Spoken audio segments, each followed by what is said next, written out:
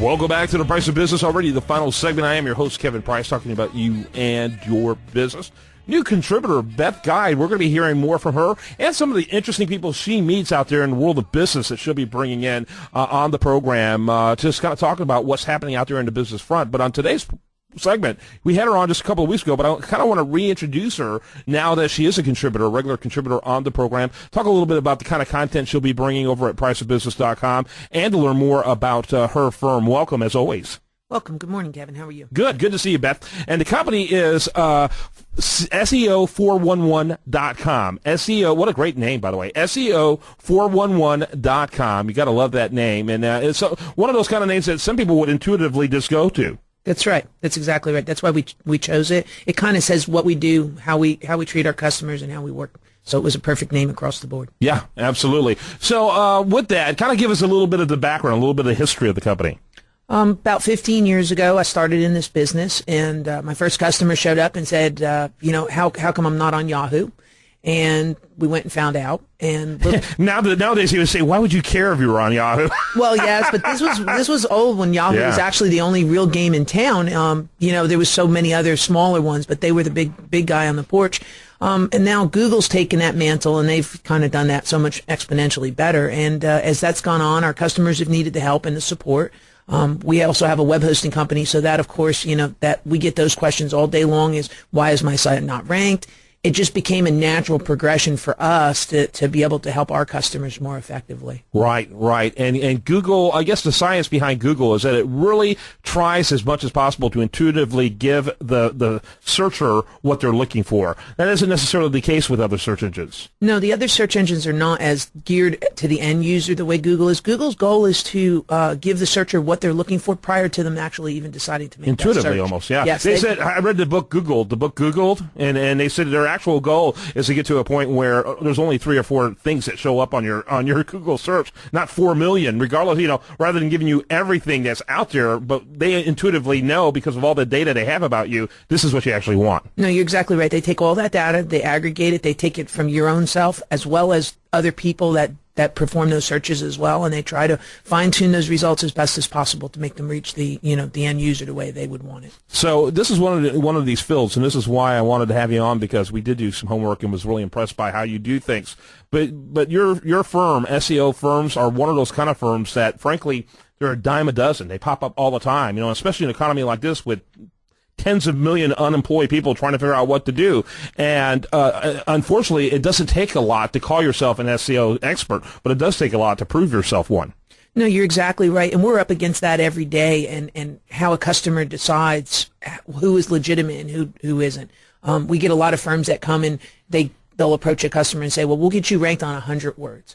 And that's great, except that you should be ranking on thousands of words. Mm-hmm. And you have to fish with the biggest net possible.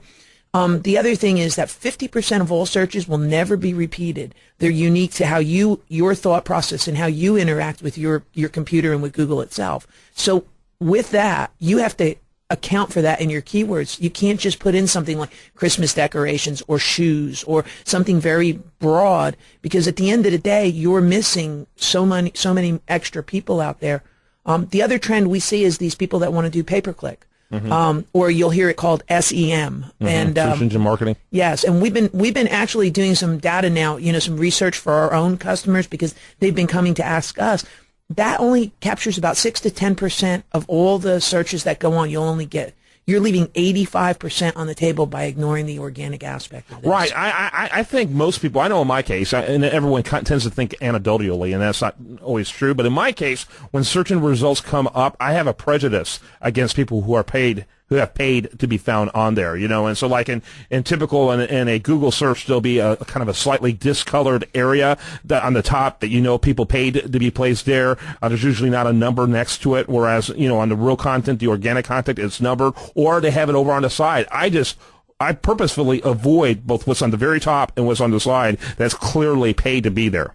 And for the most part, that's accurate. You have to look at the audience of the website, though, because anybody that has a website that's geared for 65 plus, where that would be a demographic, like a Medicare site per se, those people actually need to have a stronger presence, because the 65-year-old plus group clicks on those ads at a rate of 20%. So you have to actually know enough to be able to formulate the right type of campaign based on who's actually using that site or who you would be, who you would be targeting. So you have an interesting situation when you have to evaluate that. But so there are cases where SEM might make sense. It might make sense. It never makes sense to put all your eggs in that basket. Sure. But that seems to be the route that most firms actually, they think that this is an immediate gratification or a solution to a problem. Yeah, absolutely. Beth Guide is our guest. Again, it's SEO 411. And in the weeks to come, I'm sure you've been working on a list of people that you like, businesses you've seen that you want to be bringing on in future shows. Who do you have on your radar screen? I have a couple different people. Steve King would be one of the first people that I would like to look at to be able to get to come in and speak to business, because I think he brings a lot to the table. He works with a lot of small to mid-sized businesses, so he would be somebody that I definitely would like to look and see if we could get to come on and to interact and visit with you for a little bit. Awesome. That'll be great. I want to encourage people to check out 411seo.com. Plus, you're going to start having articles, I'm sure, over at priceofbusiness.com as well. Yeah. We're looking forward to those articles, and I want to encourage you to learn more about what they're doing over there. Beth, what's the number over there, by the way? Our phone number is 713-703-3030. Yep, but it's probably easier just to check them out over there at SEO411.com. Yes. Make sure you do that. And thanks for being with us. Thank you very much. You have a good day. We're looking forward to more times with you here in the future. I'm Kevin Price. I hope you have a great rest of your day right here on this station.